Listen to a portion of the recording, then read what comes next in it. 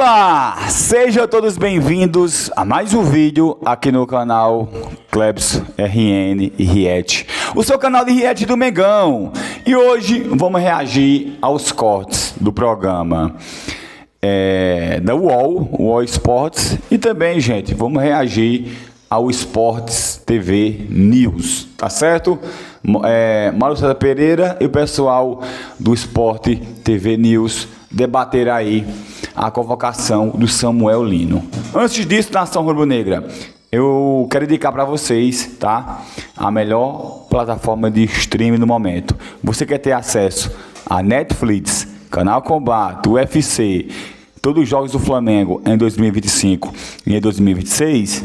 Então fala com a minha amiga Paula. A Paula tem, gente, a melhor plataforma de streaming do momento.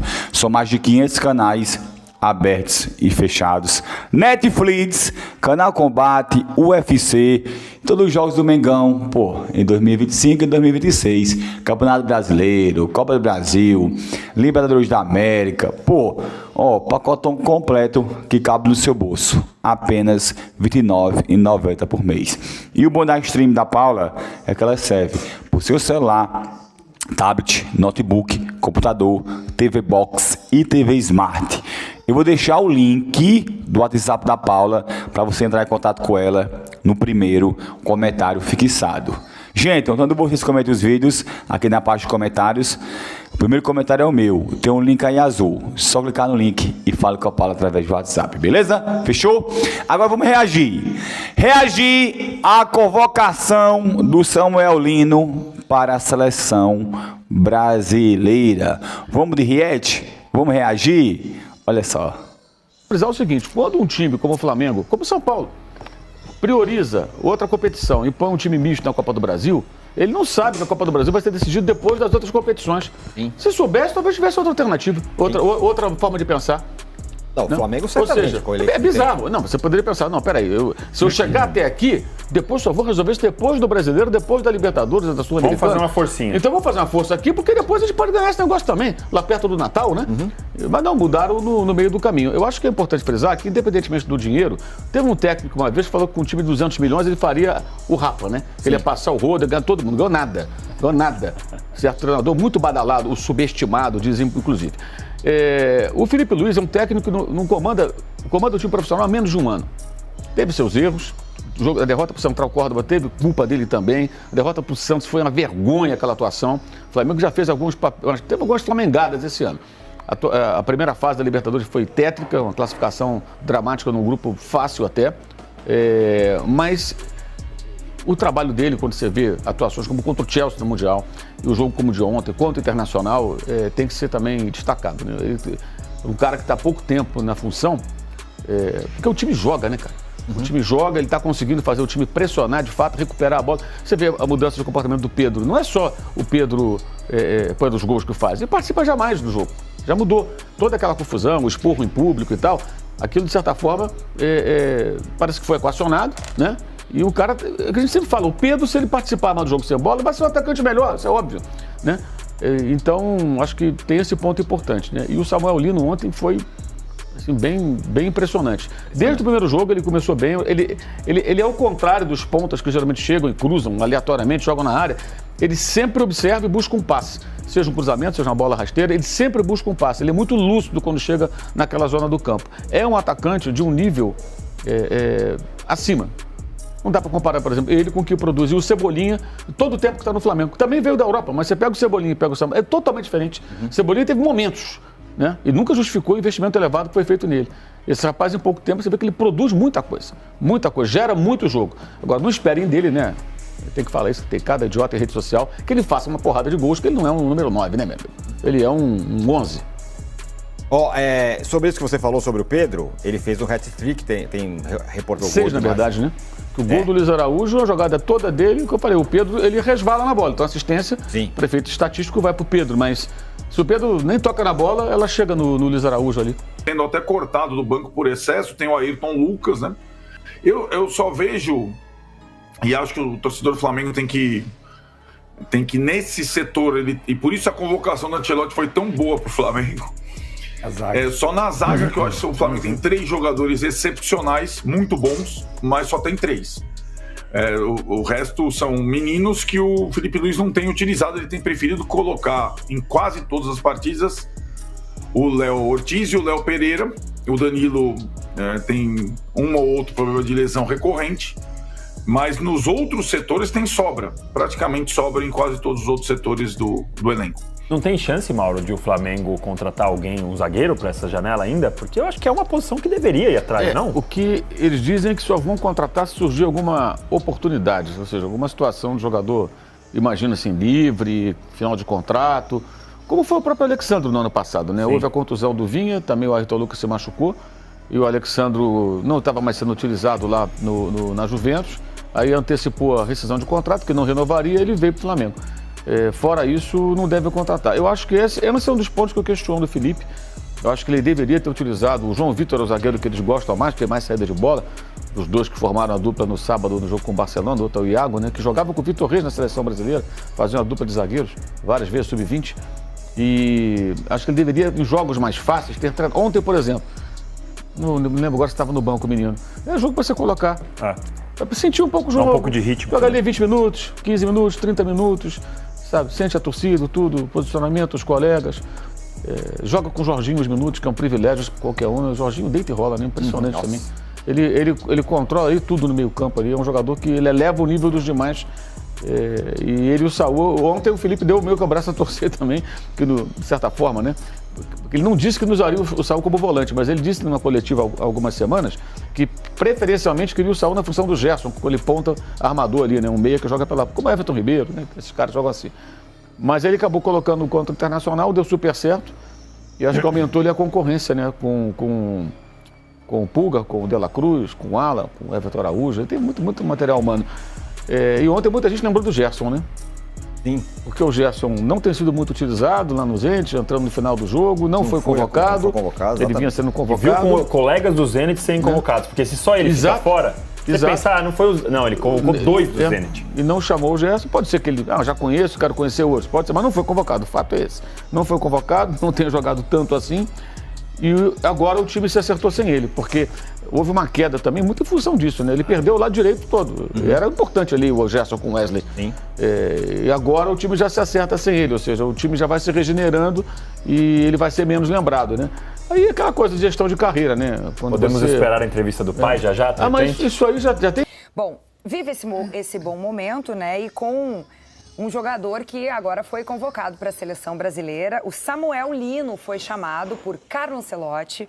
Ele vai substituir, gente, o Matheus Cunha, do Manchester United, porque ele se lesionou, teve um problema muscular a princípio, né? Ainda vai ser avaliado e diagnosticado, mas se lesionou nesse sábado e, portanto, Samuel Lino ganha essa oportunidade. Um cara que tem vitória pessoal, que se dedica muito dentro de campo, né? Impressionante o quanto parece que o Samuel Lino, depois de ali aquele começo, com alguma desconfiança e até com erro, né, de pênalti e tudo mais, ele prova que ele é um jogador que tem muita dedicação dentro de campo, que pode contribuir muito com esse time. Foi um cara pedido, né, pelo Felipe Luiz. Ele chega e, no bom jargão aí popular, ele tenta colocar a bola debaixo do braço para resolver a situação. Sim. E assume uma titularidade, né? É um cara que vem sendo muito interessante. O torcedor brasileiro que não acompanha o futebol espanhol, né? O Samuel Lino vem do Atlético de Madrid. Teve a oportunidade de conhecê-lo até mesmo na Copa do Mundo de Clubes. O Atlético de Madrid que foi eliminado ainda na fase de grupos, no grupo do Botafogo, do PSG e do Seattle Sounders. O Samuel Lino estava lá, era um dos brasileiros que a gente falava, onde estão os brasileiros desse Mundial, para além dos times brasileiros? Sim. E o Samuel Lino era um deles e assumiu bem ali a titularidade, vem sendo muito importante nessa construção ofensiva do Flamengo, jogador de beirada.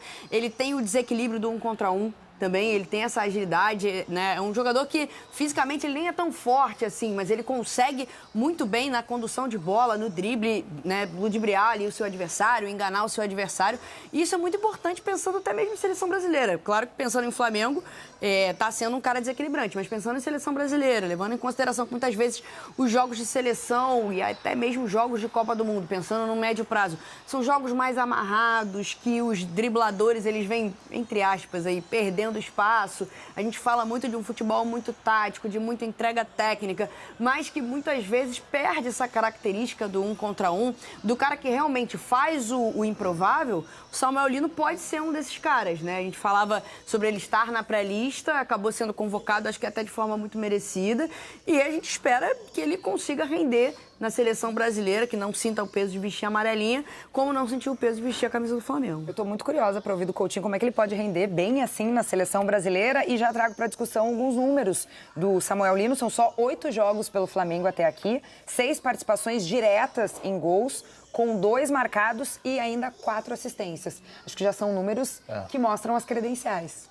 O cara, assim, o Flamengo tinha muito problema para terminar as jogadas, né? Às vezes controlava o adversário, dominava, mas não conseguia produzir uma quantidade de chances suficientemente relevante dentro daquele cenário de jogo, né? Você tá vendo um time ali que tem a bola no campo de ataque o tempo todo, você vai esperar que esse time vai criar as oportunidades.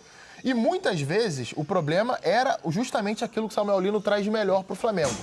Como ele toma as decisões perto da área, né?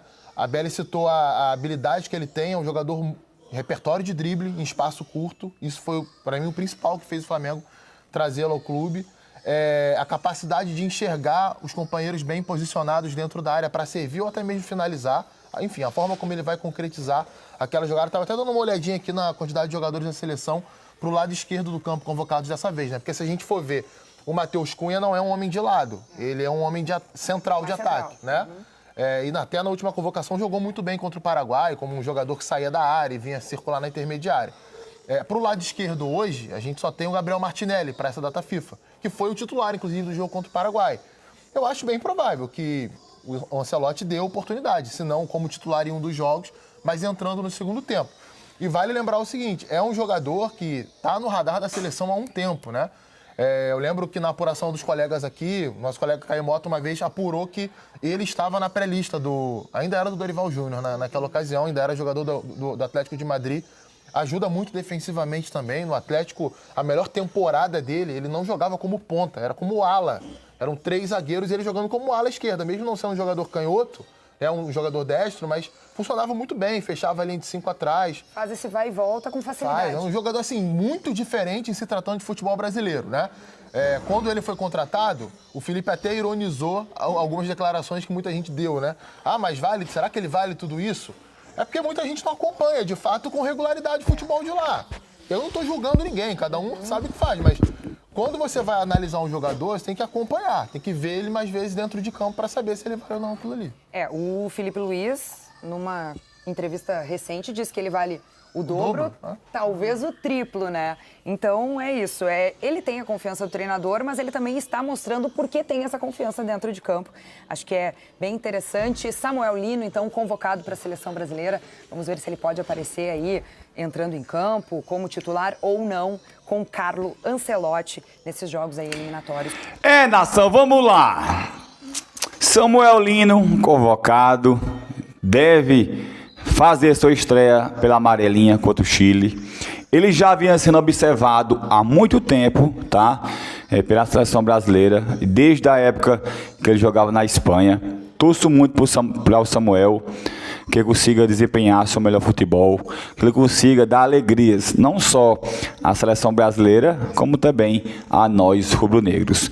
E você aí, gente, que quer ter acesso a Netflix, Canal Combate, UFC e todos os jogos do Mengão em 2025 e 2026, uma plataforma com mais de 500 canais abertos, fechados e todas as streams, fale com a minha amiga Paula. A Paula tem, gente, a melhor plataforma de stream no momento.